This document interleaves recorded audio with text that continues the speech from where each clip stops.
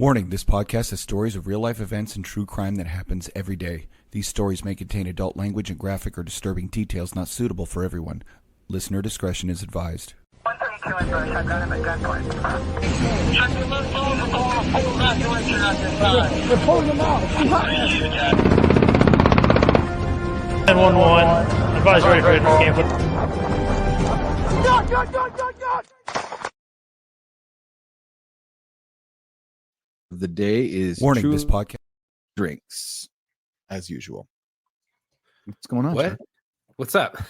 I know it started to play again. I had to take it off the loop. Yeah. Uh-oh. Not much. Yeah, Just doing my MBA. yeah. I know you switched from cybersecurity to MBA. Wow, that was so stupid. I would have been done almost by now. I would have had like 3 classes left. And Yeah. so I spent all day today trying to get ahead of everything in this class I just started yesterday. So I Mhm. wrote 2 papers today. So I'm in week 4 technically, in week 1. Hmm. So I just Yeah. said, fuck it, might as well. I had the time. I mean, it is what it is, right? Yeah, fuck it. Fuck it. I'm learning a lot Even a about bucket. agriculture and business. Why would you want to? Business, I guess. I don't know. No, I don't right? want to learn anything about it. Nope.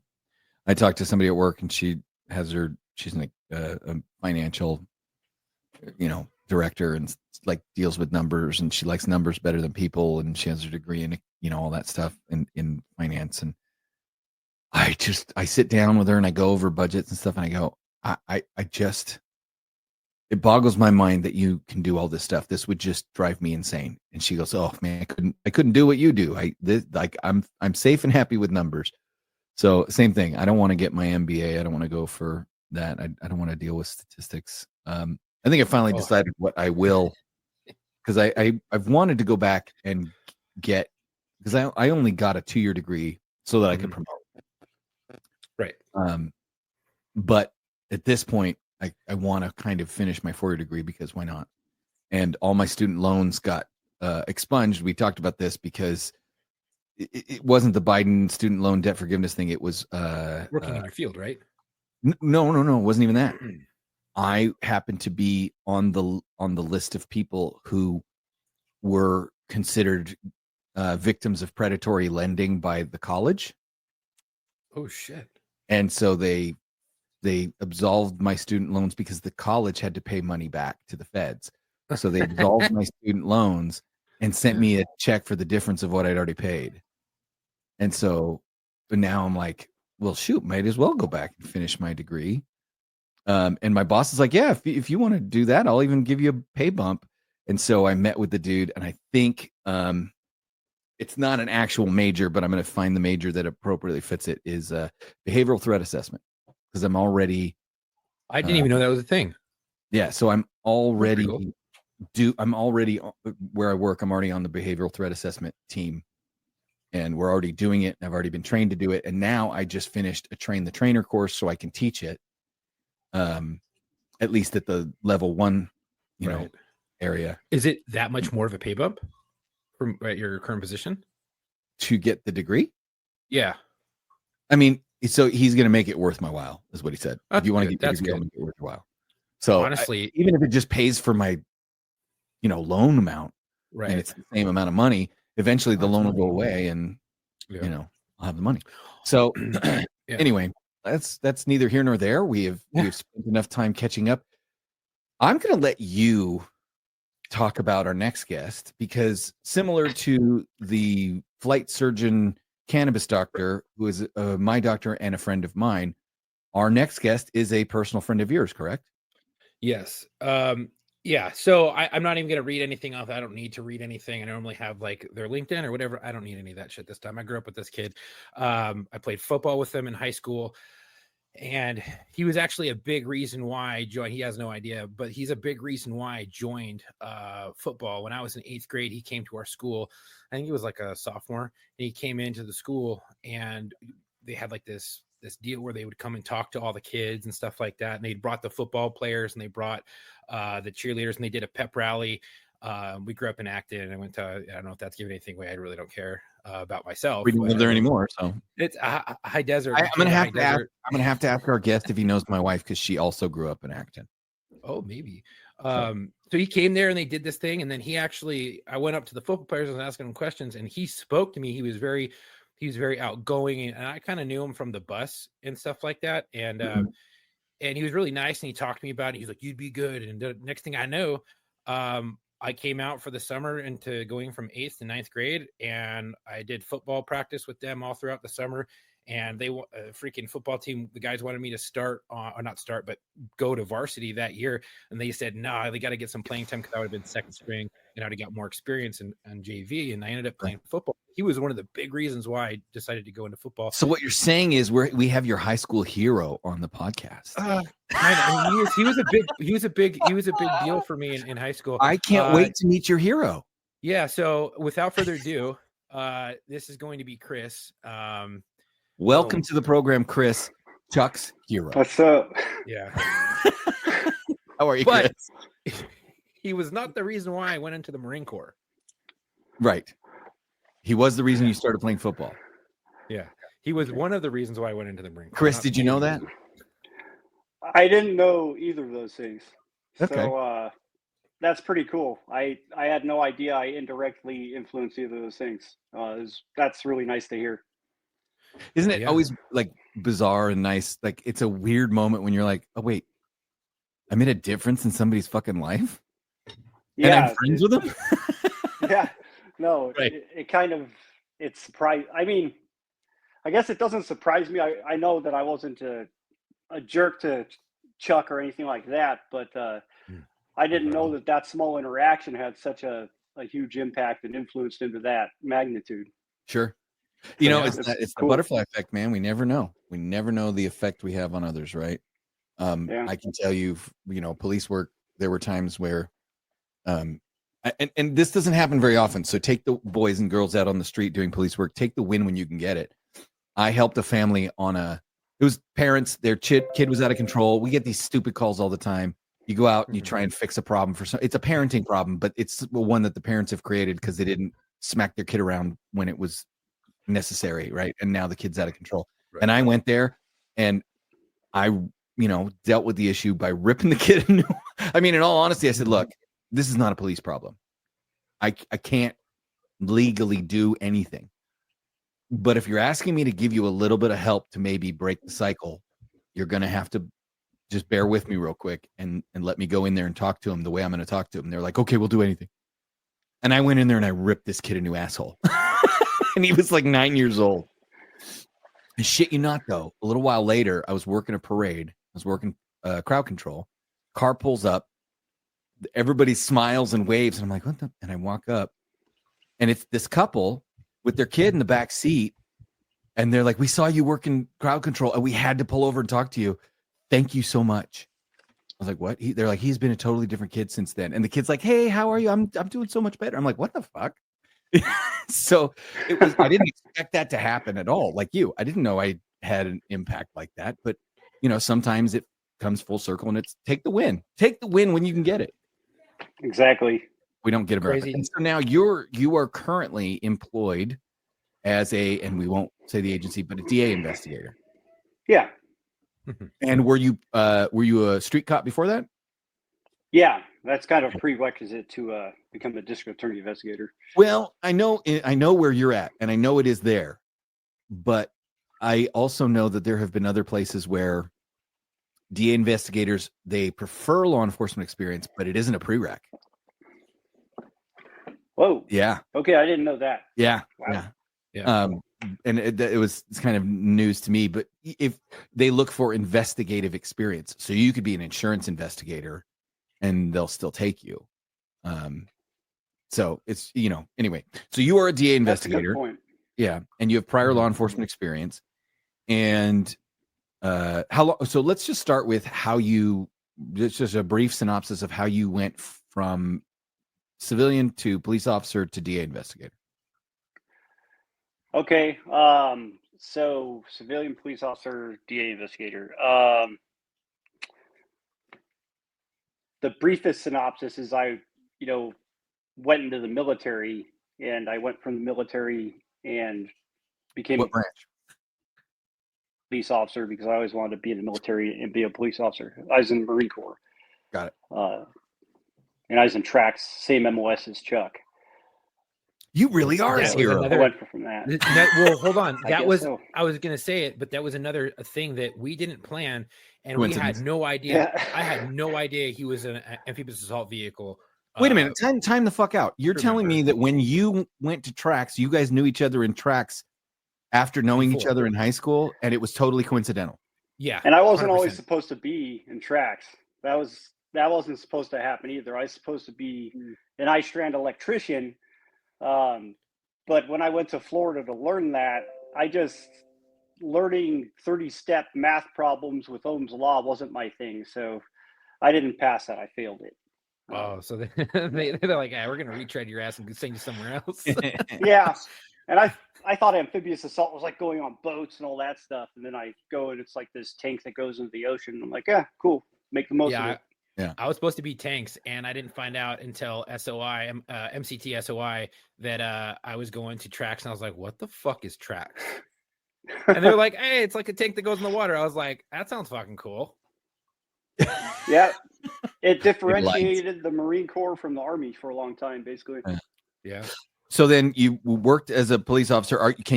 Well, let's not say what agency you work for because that could give away where you ended up as a DA investigator. But how long were you on the street? Well, I could say where I worked at SDPD for 2 years, and I was at Oceanside PD for 7 years. Well, Oceanside, that's some shit. SDPD is a good. I actually, funny. So we have two people that I have to ask you about. I mentored a girl through the hiring process at SDPD about probably 8 years ago or so now. So you may or may not know her. I don't know.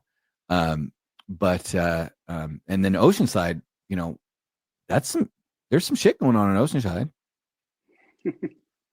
Yeah, it's like a mini San Diego kind of. Right? That's what I consider. It's like a condensed version of San Diego.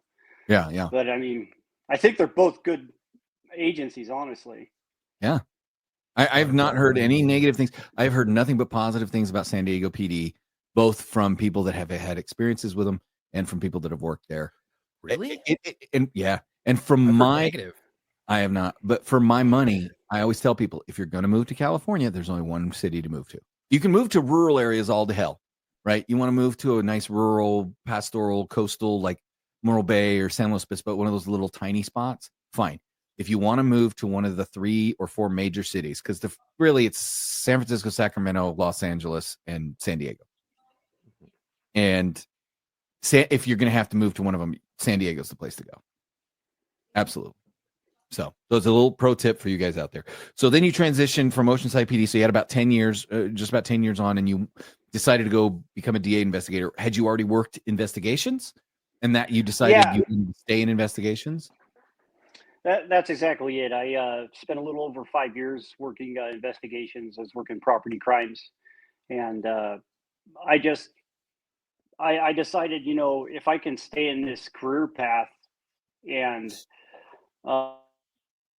potentially, for the rest of my career and, potentially promote in that way, then why not do it? It would be better for my family, not having to do the shift work and stuff like that. And my family comes first. Right. Was Oceanside one of those units where you go in, do like a 4-year, 5-year tour, and then they kick you back out and they go, hey, we got to be fair to other guys, and we put everybody on a rotation so they get that experience, and then they don't have to wait for attrition for someone else to get that experience? Is that kind of how it runs at Oceanside? It used to, but then they got rid of it actually. So they just made it to where people naturally moved out of investigations through promotion or just retirement.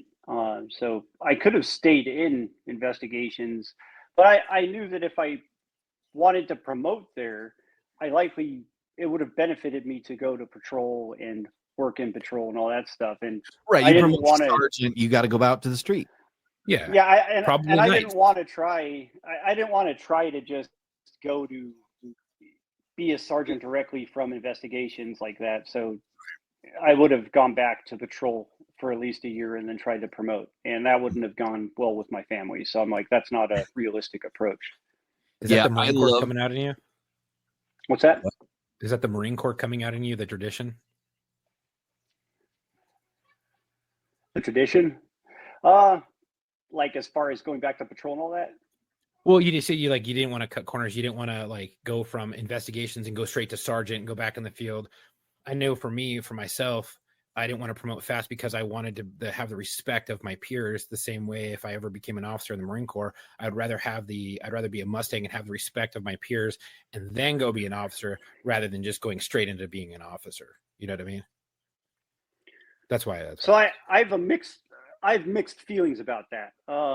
And the reason why is because I became a detective pretty quickly, and it upset people, rightfully so, that had been around for a long time.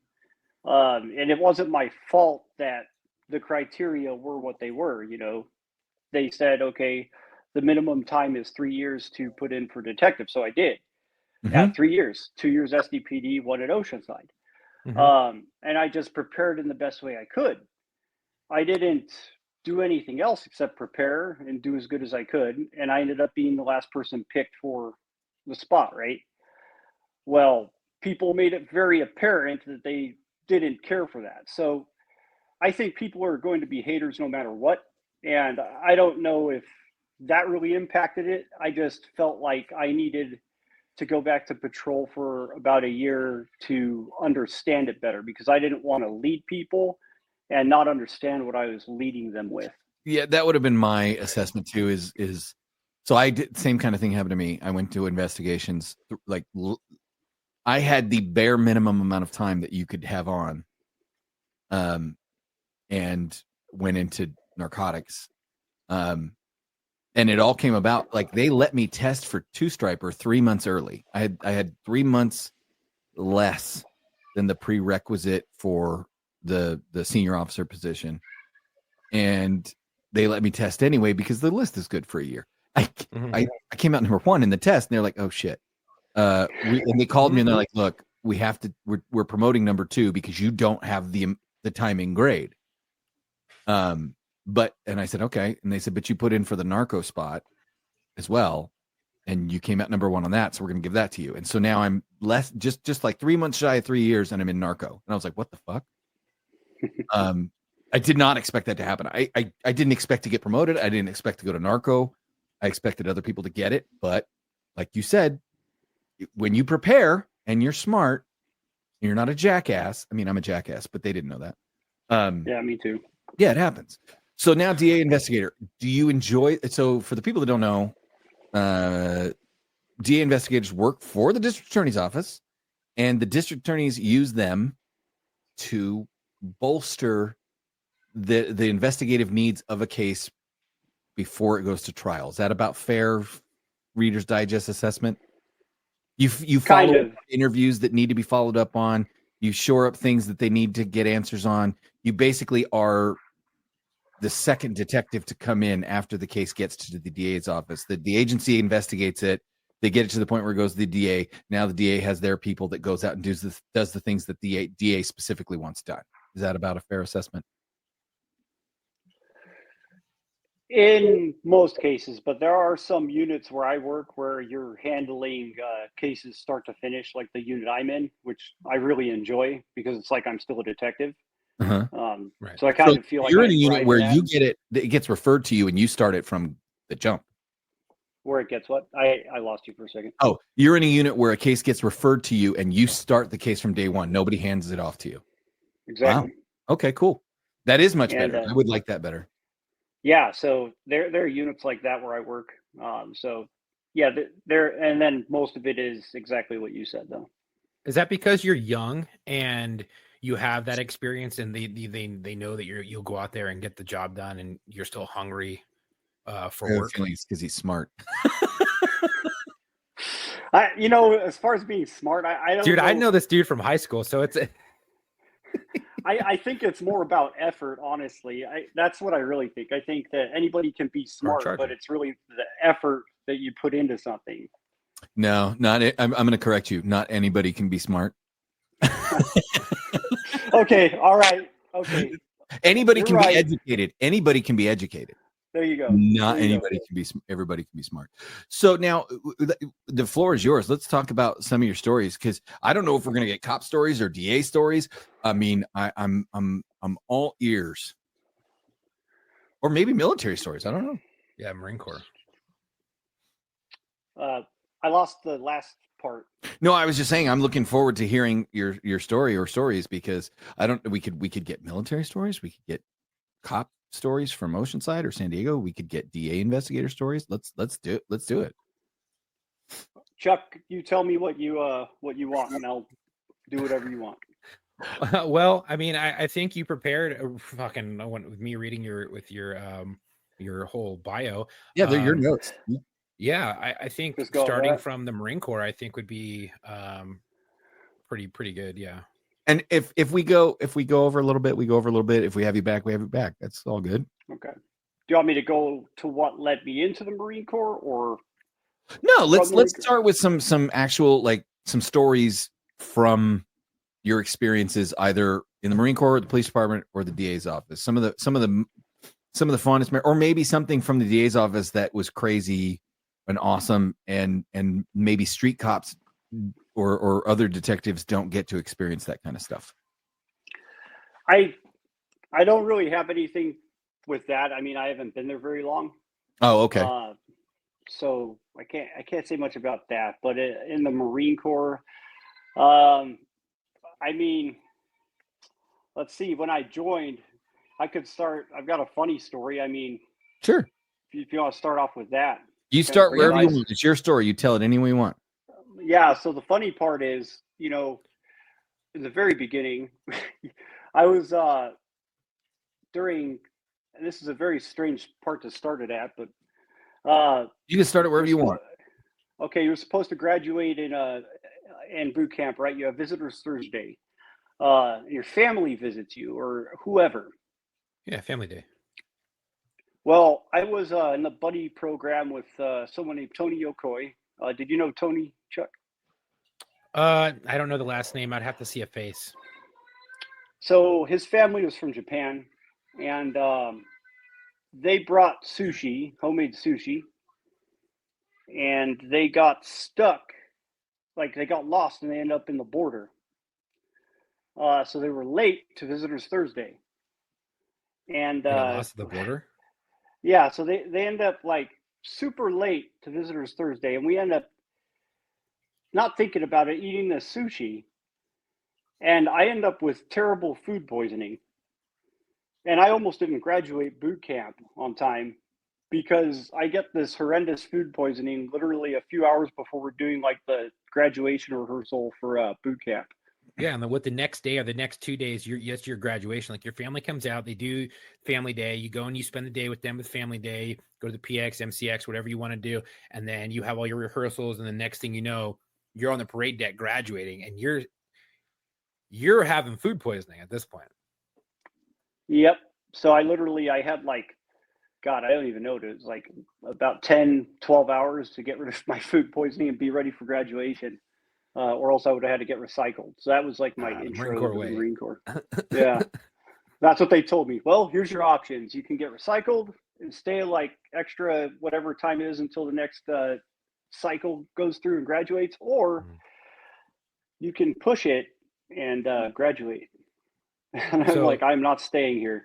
You're like, no, dude, I don't care if I'm pissing out my asshole. I'm getting on that parade deck. I'm marching. Exactly. And I'm getting through it. Exactly. Well, at least you didn't have to deal with humidity, because that shit, the sand fleas and the humidity would have fucking just made it so much worse. You were down in nice sunny San Diego with the, offshore breeze coming in from the coastline. I don't even know how you ended up in the East Coast. That confused My dad me moved to Maine. Oh, okay. Now it makes sense. Yeah, so I enlisted out there in good old Maine. And it was fucking horrible. That place sucks. I never want to live in Maine. He died. He got hit by a truck and he died. His dad buried him in a pet cemetery. He came back to life, joined the Marines. Funny thing was, we had a fucking cemetery and a pet cemetery on my dad's property. The whole family. And honestly, he could have labeled that place as a cemetery and not paid any taxes on it. Why didn't he do it? I don't know. That's it. He has a lot of downfalls and stuff. He just didn't know. It was before fucking like Google and shit. So you graduate. Obviously, you graduate Marine Corps boot camp. Then you get into the fleet Marine Corps. You go and you fail out of being an electrician or whatever that was, and then you make it to the most important MOS, which is 1833 amphibious assault vehicles as a crewman, right? Mm-hmm. Yeah, and Fuck actually, me. there was a Go for it. large group of us that failed. That went from the air wing to tracks. It wasn't just me. So there was a bunch of us that ended up in the same company, yeah. Bravo company. Oh yeah, we had a bunch of those dudes who got out of the wing and who couldn't make it in the wing, and they got kicked out to us in Camp Lejeune. So you get into tracks, and you're there for how many? And by 2007, had you already deployed? No, I was doing So my workup, and then that's where I met. That's where I reconvened with you. Not met you, but reconvened with you when I was in schoolhouse, and you were trying to get me over into your unit, which I wish that would have worked. So you're there, you're a hard charger, you're freaking yoked out of your mind. This is what I was experiencing when I was there. I was seeing you and you're doing your workups, and then you get ready to pump out. And where did you pump out to?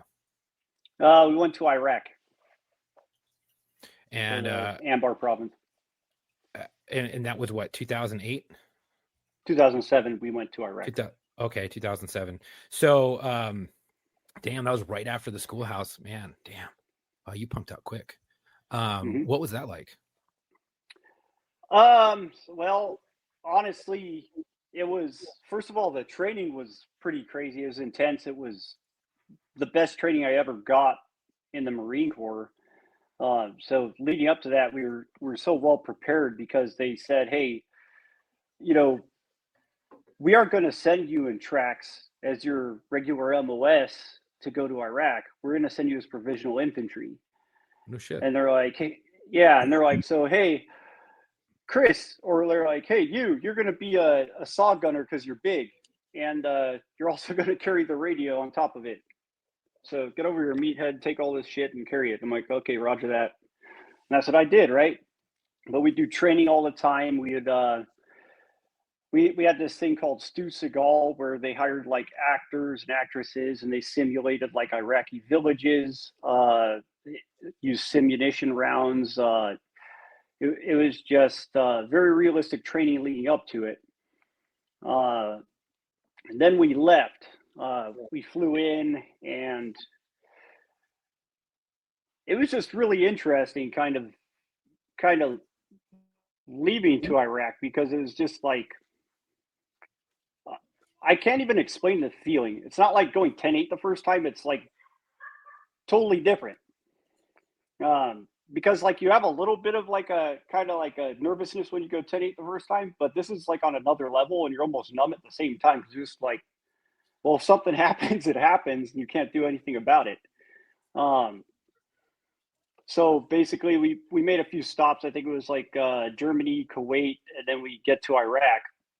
I think we take a helicopter into Iraq, and it was like night when we landed. And then we get in a 7-ton, and then we're like officially outside the wire. And they tell us, all right, yeah, so now we're going to go outside the wire. That means like, this is where like all the IEDs are and stuff like that. And you're pretty much in like in the war zone, because anything can happen in this area. Mm-hmm. And so that moment is like when you're like, okay, now it's real. And everyone kind of was just really quiet when that was happening and really alert, I'd say. And it was like a kind of a huge adrenaline rush. Yeah, so we separated our platoon. We had I think 3 sections, I believe. But yeah, so a few of us that were air wing failures, as I call it, ended up in the same platoon. And one of them, their name was Tanner. And we all made this like pact to kind of stick together and be, I would call it like, we call like brothers, like friends, stick together, like look out for each other, right? Right. And part of it, is like informal leadership. You would get in each other's ass about certain things, right? Like if it was uniforms or whatnot, or various things. So like everyone was correcting each other, and it was just how it was. And if you had issues with each other, you would settle it, and that's just how it was. But we had like this very good bond, all of us, especially the ones that came back from the air wing and failed like that. And him and I actually switched our spots because he was another saw gunner. So his fire team and my fire team, we switched, at least as far as I remember. And that'll come up later. But so we end up doing like we separate our platoon into these areas. Like one of them's at this place, checkpoint 3, where we're at. I think some of the other Marines are at a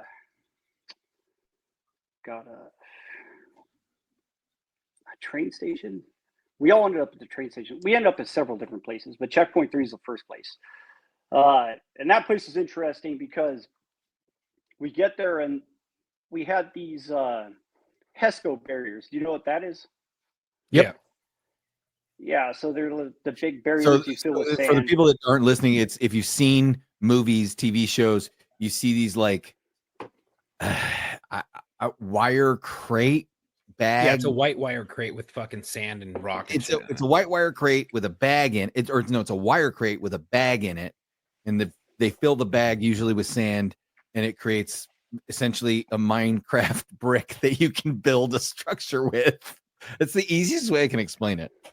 But Yeah, they're what, exactly it. 5 feet tall? Yeah, they're a little taller. They're pretty.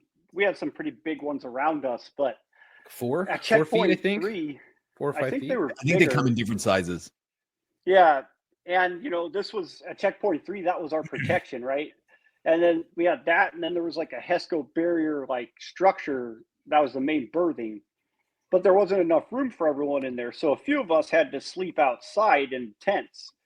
And I was one of the lucky people that was chosen to do that. So we were filling sandbags on top of like, our sleeping arrangements, right? Mm-hmm. So like we'd go out on patrol and do our fire watch and all that stuff. And then we'd fill sandbags and fortify our little spot because there just wasn't room in the HESCO area. But it's crazy because at any time, some terrorist could just drive by and pretty much shoot at us, and we would have been totally screwed. And, thankfully. I'm trying to find a picture of a good HESCO barrier in some of the photos. That you sent in the background there, maybe. There, you see some right there. Right in there. the background. Yeah. Oh, shit, those are fucking big. Those are It's big boys. big. Yeah, they're Like big 6 ones. feet. Yeah. But yeah, so that was checkpoint 3 in a nutshell. I mean, there was we just constantly do like patrols left and right. We did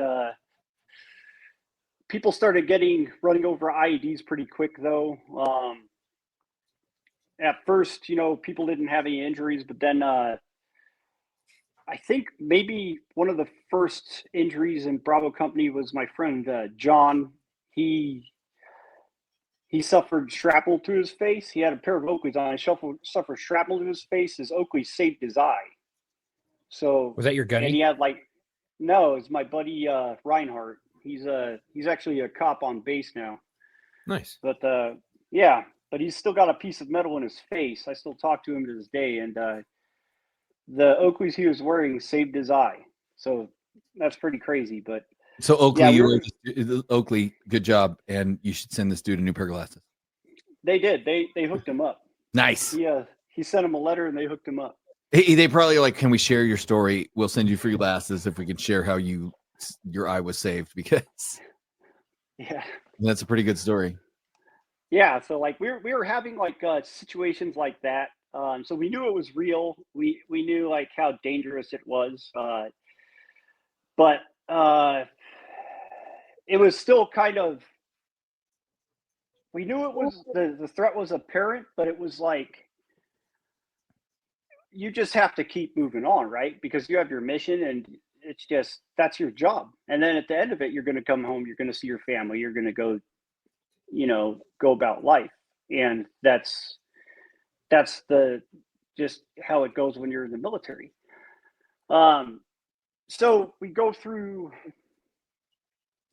checkpoint 3. We end up at at a train station, and I don't even remember where this train station is, but that's where pretty much all of us were together. That place was pretty interesting. We were staying with like the Iraqi police and stuff like that. Pretty interesting dynamic there. And they were getting trained a lot by people, mainly in another platoon, but it was really strange. Like they would call us like names and stuff, right? So like I would hold the saw, so they'd call me like Van Damme or Rambo all the time. Crack me up because I'm like, what? They're like, you Van Damme. Van Dambo. Like, Van Dambo. I like it. Yeah. And I'm like, I'm definitely not Van Damme. Absolutely not. But if they saw my dance moves, they'd definitely not call me Van Damme, But They'd call you Van Damme. yeah. Yeah, something. Right. But yeah, so we stayed at a train station there for a while, did some operations there. We ended up pretty much in several places. We ended up in a place by the Euphrates River also. And in this place we'd do like a foot patrol to the Euphrates, and we do rotating posts there.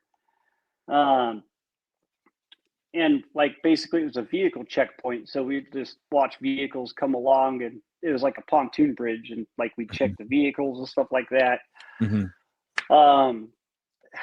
Let's see, that during, I think it was around when we made the rotation to the pontoon boat area. It might have been then. One of my friends, Chris, he was in another platoon. He got hit by a remote controlled IED. So he get hit. Someone detonated it, and it hit him. And Chris he's amazing. He lost his leg ultimately from it, and part of his arm. Chris is one of the most inspirational, badass people that I've ever known or ever met in my life. And he went on to become a police officer after losing his leg and all of that stuff. And he's pretty damn successful at it. Oh, wow. So all the way from, doing that, like thinking he was dead, to where he's at now is just amazing. So that was like our, that when that happened, that was almost even more of a wake-up call, because people were getting, Reinhardt, he had the metal in his face. People were running over IEDs and they were getting hit, probably getting concussed and then not saying much. But nobody had gotten injured like that. Right. And were you feeling kind of like that you were like experienced and you were like, no, nothing really bad or crazy has happened at this point, and kind of feeling a little bit more emboldened or safe in an enemy atmosphere? Complacent? Kind of. No, I wasn't.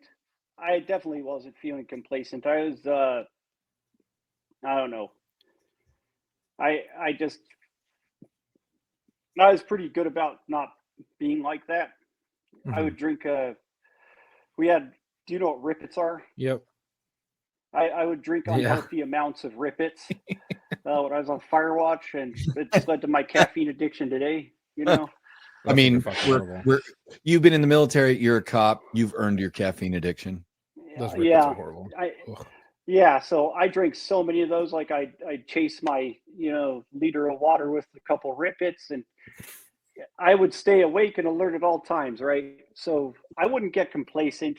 And I'd say that my platoon was pretty damn good overall about not being complacent. And overall, the company was. It's just the sand over there is like moon dust. So like you would step and it's like you're up to your damn knee in sand. It's like nearly impossible to see where these IEDs are. Right. So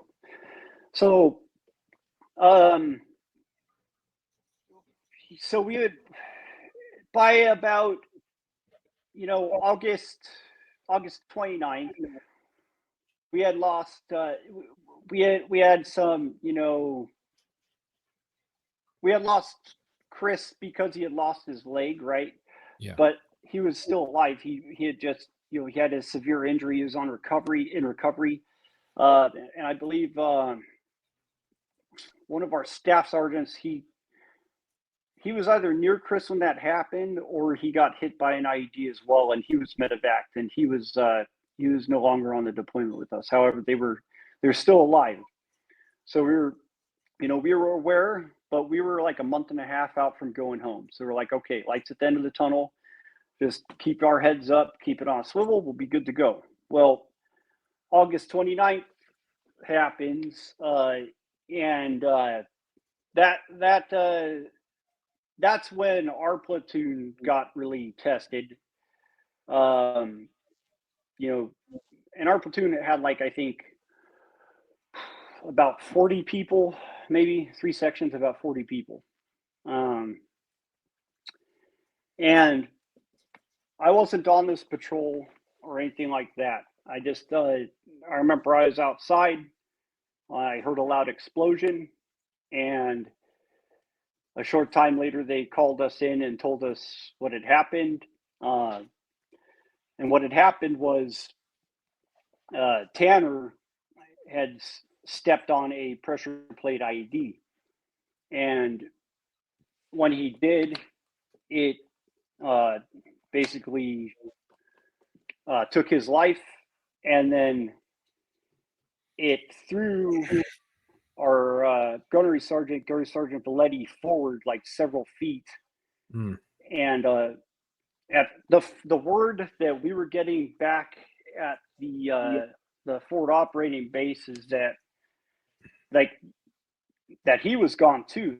That's what people were saying at first, and then Right. And then we get the true story that it was Tanner, and then he's alive, but he's messed up, and they're sending him, sending him to get treated. And I remember that was kind of like the air got sucked out of the entire room, the area we were in. Everyone just was instantly right, because you're so close to going home. So close to going home. On top of it, he was going to come home to a newborn. So, and he had gotten married just before we left. So that was even worse.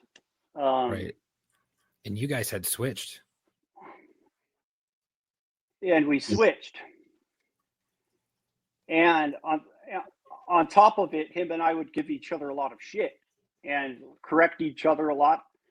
And this is the craziest thing that I don't know why this happened, but it did, and I'm so thankful for it. The night before that, he talked to me and he thanked me for always having his back and always and sticking by that pact we made to always stick by each other and have each other's back. Right. And that had a profound impact on me, because if he didn't do that, I would have felt tremendously horrible, even more so than I did when that happened. But when that happened, it was pretty damn awful. And I remember we were a tight-knit group, the tight-knit family, I'd say. The first sergeant, the captain, everyone, they came in, they had to tell everyone the news, and you could tell. I mean, some of the people that were lower ranking like me, like a lance corporal, they'll try to say some negative shit about the captain and whatnot, but I truly believe that he was crushed when this happened, because there's no way in hell that I don't know why any of them said anything other than anything negative about that. I think that it's just that they were kind of talking out of a place of hurt because that's just their coping. But yeah, so we were kind of, after that, we were kind of coming to terms with it, right? Like, oh shit, And I- we're still in this, even though we've Right. got a short amount of time to come home. It's still not it's still only wild. that, yeah. So it's like, oh shit, we're still in this, and then also, you don't have much time to process it. Like you have time to receive the message, compartmentalize it, and then you have a mission to go on, right? Yeah. It's And like when then- we lost an officer, the fucking next day we were right there in the division where he just perished, covering the division, allowing that division to kind of go home and kind of decompress for a day. And we're there without, and we knew the guy and other people knew the guy. I didn't know him, but it still was, you didn't have a lot of time to process. You were there when the call came out, the officer just perished, just died. And then within 12 hours later, you're on a fucking mission going back out and handling your shit and handling business in that area. Yeah, it's important to be able to process these things, and in combat, you don't have time for that. No. And and I think a lot of people had animosity about that too. When we got back, because I'd hear what they would say. Like that we'd have to, we had to go right back out and all that stuff. But I think about it looking back now. We had to go back out, but then there were people that had to put together the damn mission plan. So all those people had even less time to register what the hell just happened.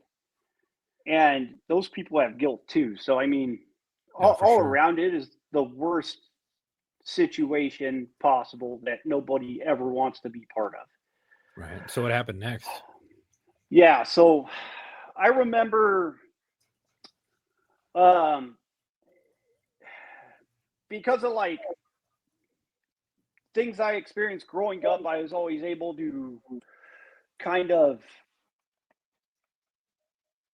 I've always been able to adjust to things, and try to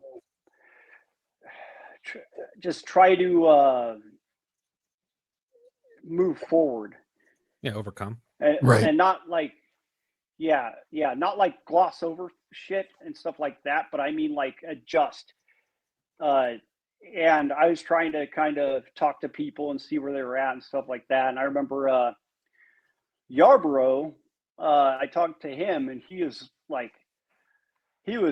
defeated. He was just taking it rough. Like he felt like shit. And there was just nothing you could do to he just didn't want to talk to anybody. He didn't want to do anything and there were a couple of people like that, but especially him. He took it especially hard. And then September 6th comes around, and we're once again, this time it's different. There's a crazy sandstorm. All right. And you can't see barely the hand in front of your face when you go outside. It's nuts. Right.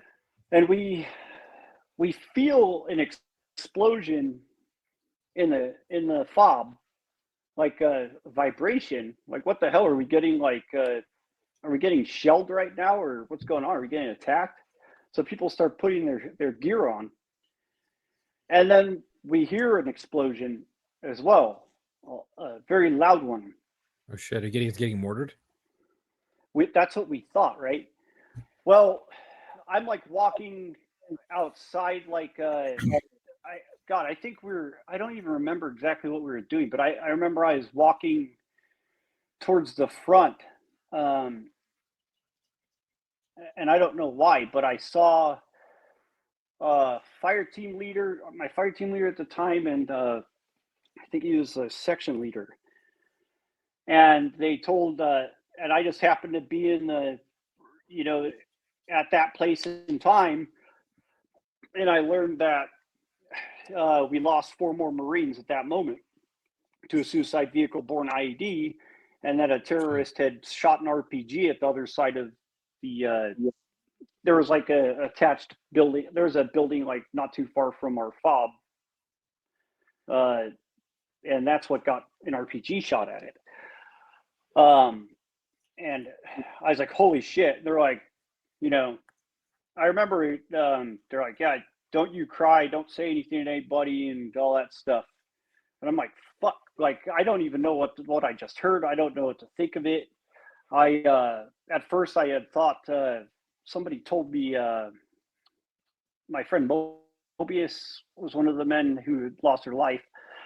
It turns out it was Staff Sergeant Stock, Sergeant Yarbrough, the one who was devastated by Tanner passing away, Corporal Skripsik, and then Corporal Poole. And and that's, you don't think that it can get any worse after losing somebody like that, you know, on August 29th, and then that happened. Right. Yeah, just like a week And before, and then oh fuck. That's a lot. I mean, that's a fuck ton to deal with in such a short period of time. Yeah. And it's not. And, I mean, it's not easy anytime, but in that short period of a time, you almost have no time to recover before you're dealing with the next fucking thing. yes. So we got this news, and the thing is I couldn't tell anyone anything. Ugh. And we had a board in the berthing, and like it had everyone's name, and next to Tanner's name it had something about, like, you know, his location, like about heaven or pearly gates or something, right? And I was like, fuck. And I went to my bed and I just sat there, and then we went and then got briefed again by our platoon commander, and I know he was freaking crushed when he told everybody this. And then we had to go from there, and we had to man the checkpoint in a Humvee and rotate basically turret watch. So it was like, I don't even remember. It was, I think, 6 on 6 off in the turret in the sandstorm. Right. Is that because there was a massive fucking gaping hole, and you guys had to man it so that you didn't get attacked anymore? Yep. And then I think they didn't know what the hell was going on. Like, they didn't have the intel gathered. They had to repair the hole. They had to do a lot of things. Yeah. And you know, so time was very much a luxury in that situation. So they did what they had to do. But yeah, so we went from that, and something pretty inspiring happened a short time after that, though, and it was our Gunny Valetti. He was getting treated in Germany, and he heard what happened, and he refused to come home because he heard, you know, he knew how devastated we were. And when we went to Al-Assad, he made it a point to get to Al-Assad to come visit us. Right. And he's like still bandaged up and shit. He's not. Is that when you guys 100%. were making your journey home? I don't think so. I think that we still had a little bit more time left, but he still, like, he's like, I've got to go see my people, because, and maybe it wasn't Al-Assad, maybe he came out to us, but I don't remember. But he came out to us, and it gave us like this, it galvanized us the rest of that deployment. Just right. It gave us that energy to make the it wind through back it. in your sails. Yeah, because, like, no matter what the hell you say or how you act or anything like that, after something that horrible happens, you're just you're going to do what you do, and then what happens. And that's it. You just do what you're trained to do. You probably aren't going to have any enthusiasm because it's been sucked out of you, you know? Everything's been sucked out of you. Yeah, you have a lot of fucking people left to lose. Yeah. So he comes back and he puts some wind back in your sails. You guys get through that deployment, and you guys venture home. What's that aftermath look like? You know, I'm assuming there's probably some survivor's guilt from, having to switch with Tanner, or not having to switch, but switching with Tanner, different fire teams. And, if that had been, you guys had not had switched, who knows, maybe you would have been out there. And, I'm sure those thoughts are running through your head. So what does that look like when you're getting back home after having a lot of your brothers fall over in Iraq, and you coming back? What does that look like? So, yeah, I did have survivor's guilt. I'd say a lot of our men did. I mean, how can you not? Because, because we had, God, people on that patrol where we lost Tanner. We had people that had to go identify our men we lost, people that had to move them after we lost them, people that had, take their freaking gear off. Like, there are so many layers to it, and so much stuff that these Marines had to see, and so many layers of different exposure that happened. So there were many people can that I I add say. to that? Mhm. Can I add something for the listener that maybe doesn't understand? If you've ever known somebody, a friend, who has died surprisingly, shockingly, not somebody that, was sick and you prepared for it. I mean, if you've ever had a close friend taken away from you in a car accident out of nowhere, and you've gotten that call, that in and of itself is traumatic. Now, imagine you were following that person in your car and you saw the accident and then killed them, had to walk up on their body, take their clothes off of them, identify. Like, that's what we're talking about. That's the level of involvement in the human misery death of a friend that we're talking about. It's not getting a call that your buddy died, right?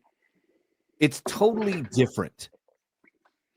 So I just hope people understand that when we talk about this, we're talking about it as if, oh yeah, but no, it's there's, like you said, there are layers to it that you can't unpack unless you've lived that. You can sympathize, but there's no way you can understand it. True. Yeah. One of the men in my platoon, this happened, I believe, on his birthday. And that caused a lot of problems for him later in life. And it still causes him problems.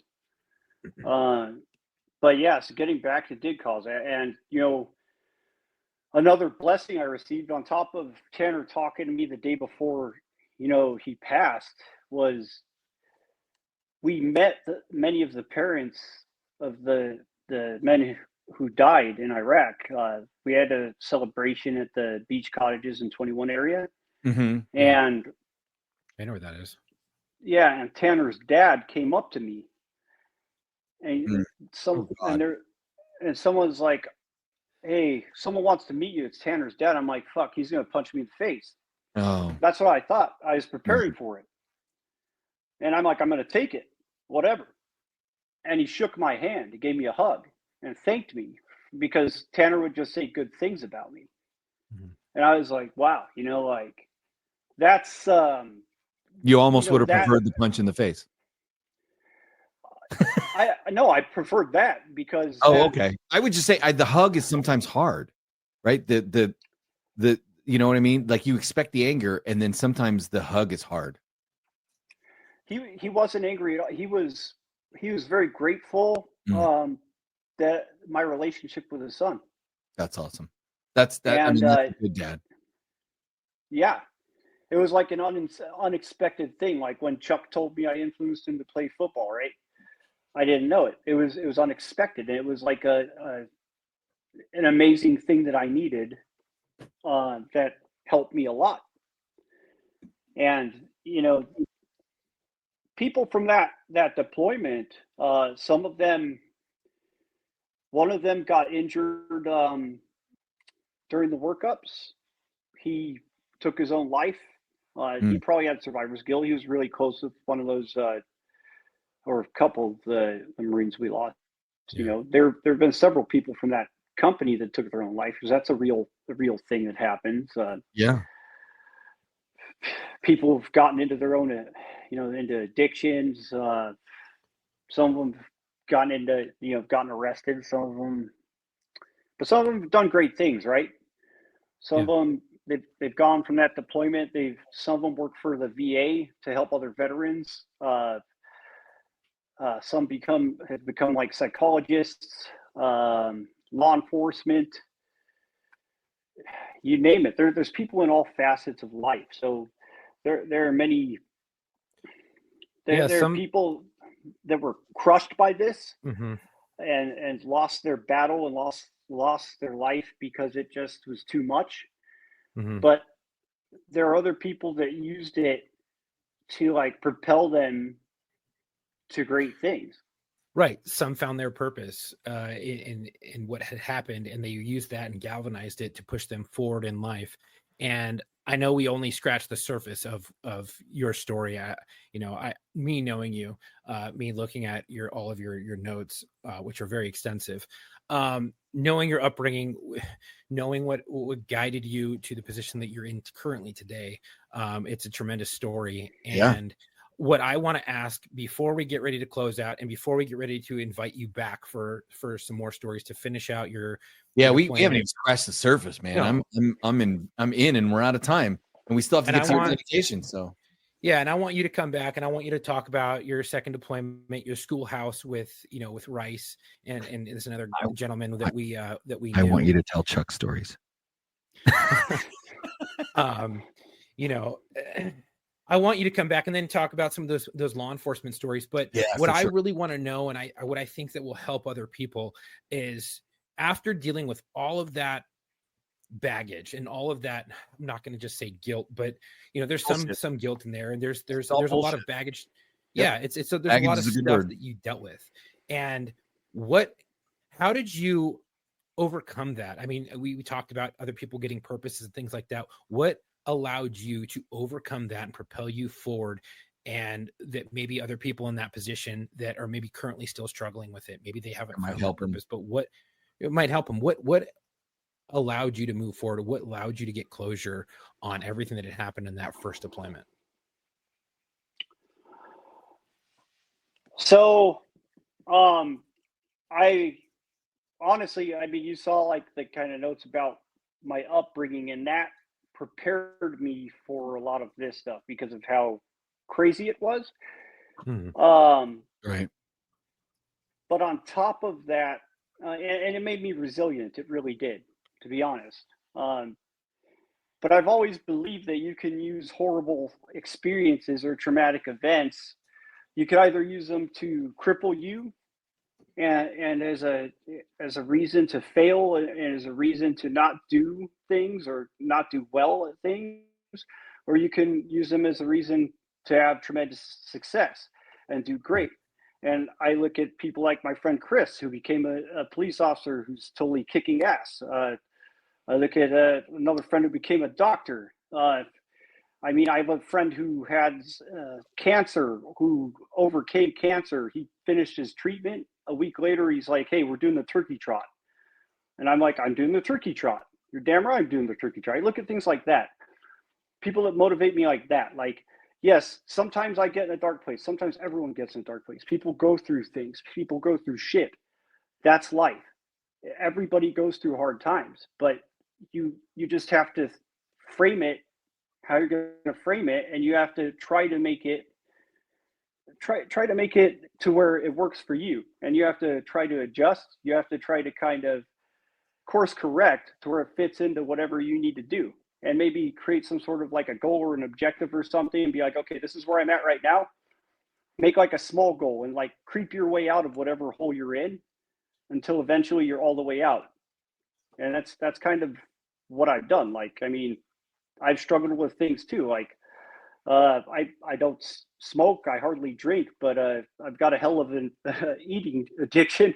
I fluctuate weight like crazy. I've gone up to 289 pounds. It's just, but I know, like, okay, I recognize it, and then I talk to my doctor. I try to figure it out, and I recognize it, and I try to course correct. So, and you don't let their sacrifices be in vain. You use that to propel you forward and to shift your fire and to focus onto other things to propel you and to create a good life for yourself and everybody around you, and to help others around you. Like you said, your friend who had cancer, you did the turkey trot to build them up, and to basically use all of the hardships that you've learned in life to propel you forward, to honor those that have fallen before you. Exactly, because I think that that's what you're supposed to do. They aren't here. Right. It's not their choice that they're not here. So what better way to honor them than to do all these things for them? Right. That's powerful, dude. I mean, I know so many people who get enveloped by all the dark shit and they can't see the light forward. And it seems like you have a pretty good balance of honoring those who came before you and fell before you, and to propel you forward into doing the great things that you're doing. Because I got to say, a lot of the shit that I've watched you do and witnessed you do, after all of the hardships that you faced,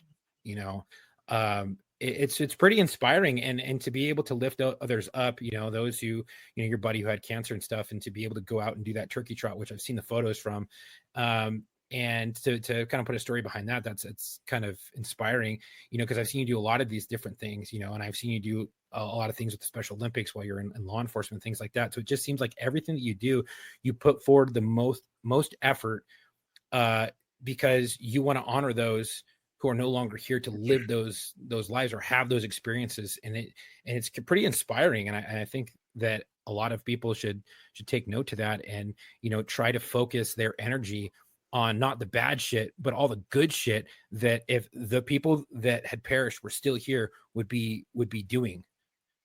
Well, and that's good advice. Like all, you have to find the ways to get through, right? You have to, we have talked about people. I've told many, many people, do something for somebody else. Get out of your own head, get out of your own way.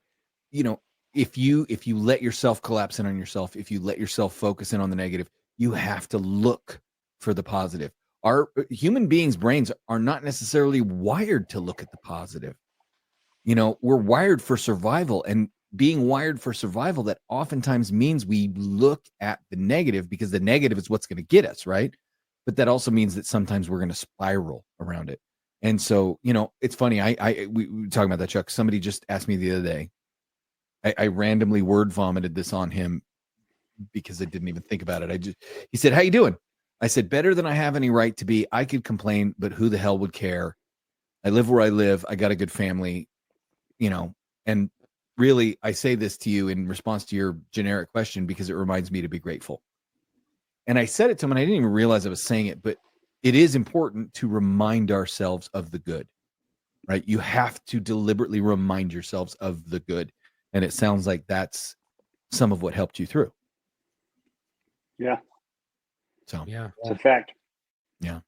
Don't get sucked down. Don't get bogged down. Right. Keep moving forward. All that shit. I know it sounds so trite though, right? It sounds like, damn it. It's not that easy. We know it's not easy. I'm not saying it's easy. It's not. No, but the thing is that you develop a routine, right? And then when you do that routine, and there are days that you don't want to do whatever it is, whether it be work out or whatever it is, you confront that I'm not going to do it with, no, I will do it because I get to do it. And then when you confront that, and then you kick that obstacle down, you feel an astounding sense of accomplishment. And then you just keep going and going and going. And then it's amazing when you continuously have these breakthroughs.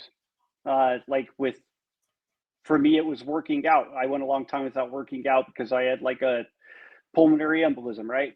And that I had 4 of them. And I had to go through. You're not even supposed to have one, dude. What are you doing?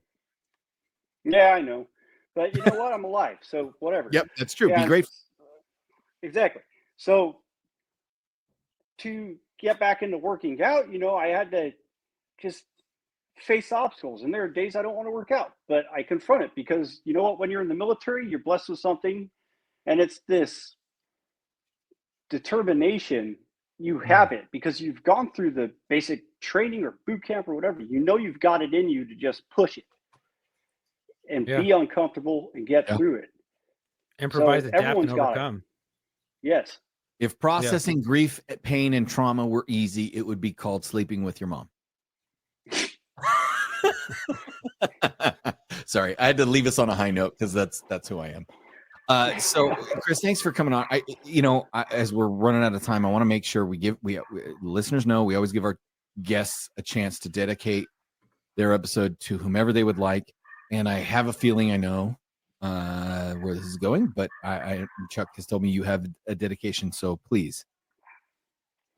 Well, yeah, obviously this I would dedicate this to my friends that I lost in Iraq, Corporal Tanner, and then Staff Sergeant Stock, Sergeant Yarbrough, Corporal Scripsick, Corporal Poole, Corporal Tanner, and then also we didn't talk about him, but Sergeant Rice. We'll talk about him next time apparently, but yeah, we can dedicate that one to Sergeant Rice.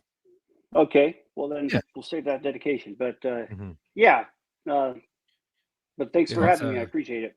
Yeah, we appreciate it. We appreciate you talking about it because this shit is not easy to talk about. No.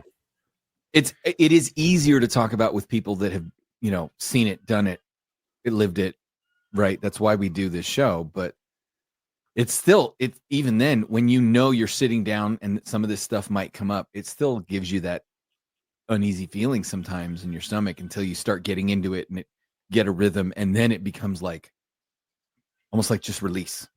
Yeah. So it gets, I guess that's a way of saying, boys and girls, it gets better. True. Always. Anyway, Chuck, what do you got for us? Well, I want to say, Chris, thank you so much for coming on. I really look forward to you coming back, as getting into some stories about Rice and stuff like that, because that was difficult for me. And I know that was difficult for you, being in the same schoolhouse with him and all that and everything that surrounded that whole issue. And I know I talked to you when it happened and I was pissed and I was so angry when that happened. So I look forward to you coming back on that to talk about that and to talk about, your journey into law enforcement and stuff like that and how the Marine Corps shaped you. So we really look forward to that. And I just want to thank everybody for tuning in. If you enjoyed today's episode, make sure to follow us on Instagram at war_stories_official and our Facebook at War Stories Podcast. If you're already following, really appreciate it if you'd share a post and help spread the word. Also, TikTok. We have a TikTok. I'll get into that in a second. You can also check us out on the link in our bio on both platforms to find all of our social media or media links on our website. Our podcast is available on all major streaming platforms, including YouTube. If you'd like to support us, head over to our website at www.warstoriesofficial.com and grab some gear. We still have some merch left, some Moby hoodies and some stuff like that. So get it while the iron's hot, because it ain't coming back. Do you have a story to tell? You know someone who does? We're always looking for law enforcement, veterans, corrections officers, dispatchers, firefighters, medics, ER docs, and ER nurses to feature on the show. If you're interested, email us at booking.warstories@gmail.com or go to LinkedIn at linkedin.com /War Stories Podcast and share your story. We'd love to have you on. And if you know someone who'd be a great fit, please send them our way and check the link. I'm sorry. They'd be a great fit. Please send them our way. Also, check us out on TikTok. We have a TikTok. It's tiktok.com/War Stories Locker Room. Producers there, Dylan. And if you message on LinkedIn or booking, I will send you over to LinkedIn, or I'll send you to Dylan. Dylan will be the one who gets you booked. If you go straight to LinkedIn, you go to War Stories and you share your story there and you link up with Dylan, he'll get you booked.